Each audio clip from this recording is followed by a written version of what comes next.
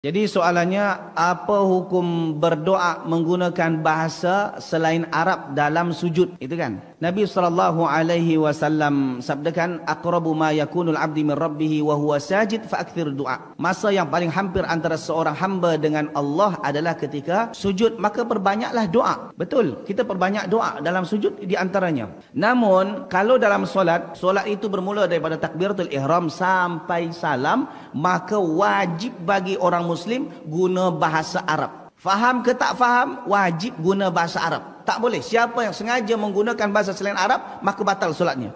Allah Maha Besar. Batal solatnya. Jadi kena guna bahasa Arab. Faham ke tak faham. Tapi kalau di luar solat, sila. Nak guna bahasa Arab, boleh. Nak guna bahasa Inggeris, boleh. Bahasa Melayu, bahasa Indonesia. Apa saja bahasa. Yang penting, Allah Maha faham dalam semua bahasa. Cuma kalau terlintas di hati, tak dilafazkan, maka ini tak membatalkan solat. Allahu Ta'ala alam.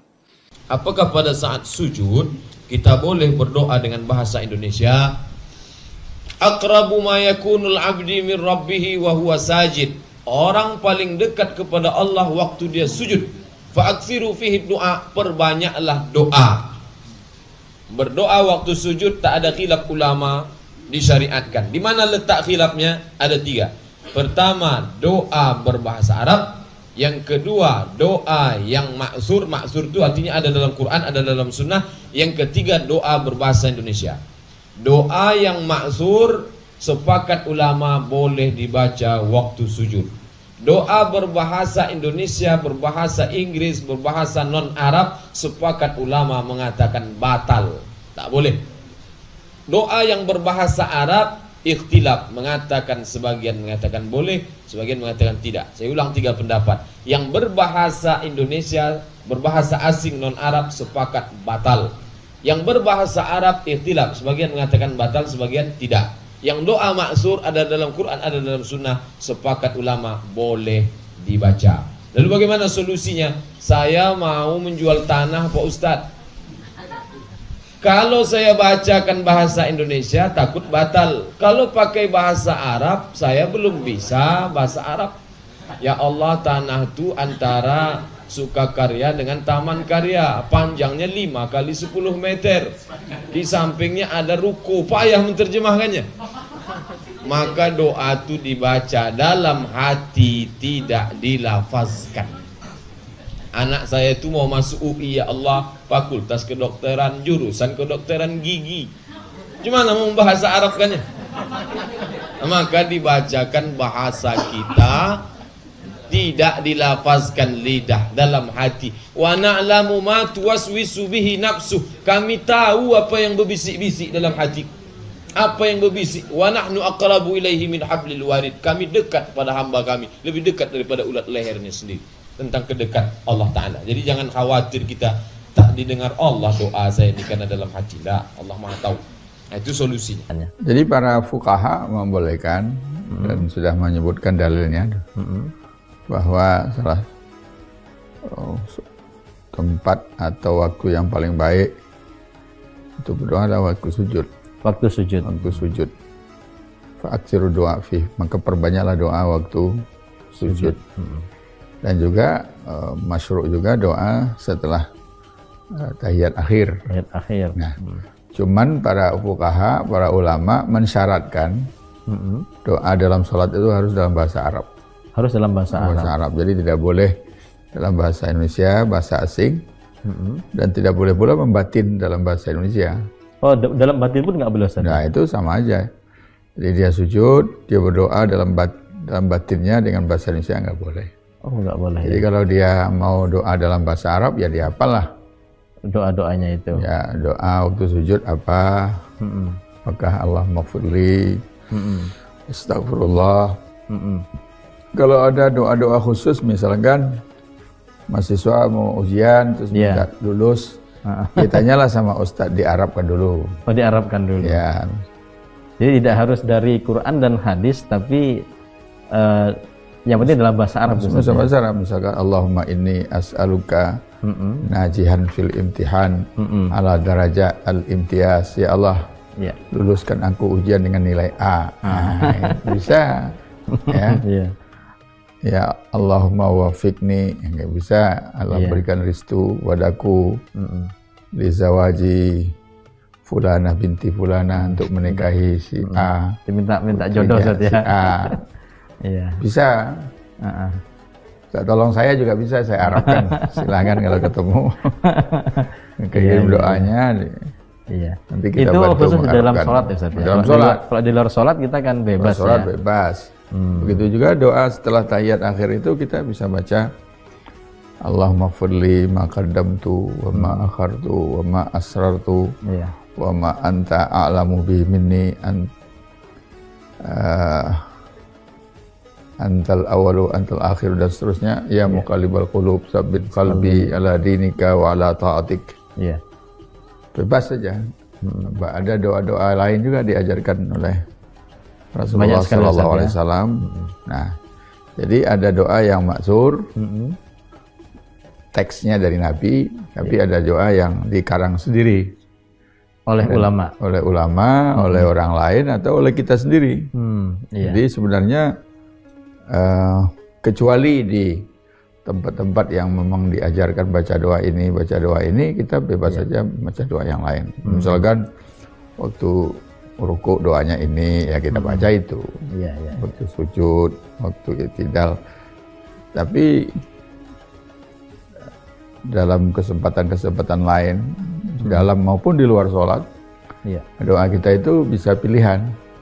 Tentu pilihan, kalau yang paling baik ya pilihan pertama maksur. Maksur itu ada teksnya di dalam Al-Quran atau dalam hadis Nabi Muhammad Sallallahu Alaihi Wasallam. Tinggal kita hafal, kita baca. Dicontohkan ya Ustaz ya. Ya, seperti misalkan dalam Al-Quran kan ada Rabbana zalamna anfusana wa illam taghfir lana wa tarhamna lanakunanna minal khasirin. Atau Rabbana la tu'akhidna in nasina aw akhtana.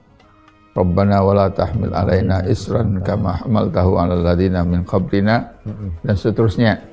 Dan juga maksud dari Nabi Muhammad sallallahu alaihi wasallam, segan Rabbi zidni ilma warzuqni fahma, dan lain-lain gitu. Tapi nah, kalau kita ingin membaca doa di luar sholat, kita kubah sendiri, ya boleh juga, tidak ada masalah. Pakai bahasa Arab boleh, pakai bahasa Indonesia boleh, bahasa daerah juga boleh. Iya. Jadi kalau misalnya ada seorang ingin berdoa sesuatu Ustaz ya, dia tidak bisa membahasa Arab kan, maka sebaiknya doanya itu disampaikan ketika setelah sholat Ustaz, setelah sholat aja. Karena ketika sholat itu harus berbahasa Arab. Itu apa Ustaz? Apa dalilnya atau dasarnya kenapa harus berbahasa Arab?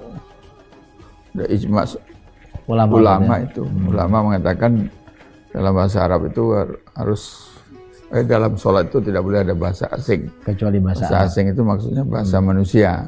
Kalamun nas harus dalam bahasa Arab. Sujud. Inna aqraba ma yakunul 'abdu min rabbih wa wasajid. Saat yang paling dekat seorang hamba dengan Tuhannya yang maha tinggi adalah saat merendahkan dirinya. Sujud. Saat itulah kita sangat dekat kepada Allah. Fa'aktiru fihi du'a, maka perbanyaklah di saat seperti itu memohon. Itu Nabi yang mengajarkan. Sujud adalah saat yang paling mulia bagi seorang hamba. Maka banyaklah memohon kepada Allah, berdoa kepada Allah Subhanahu wa taala. Akan tapi ada aturannya di sini. Pertama adalah masalah doa yang Anda baca. Apakah boleh kita membaca doa dengan bahasa Indonesia? Khilaf besar di antara para ulama. Sebagian mengatakan tidak diperkenankan karena selain daripada bahasa Arab dianggap sebagai ajnabi dan itu bisa membatalkan sholat.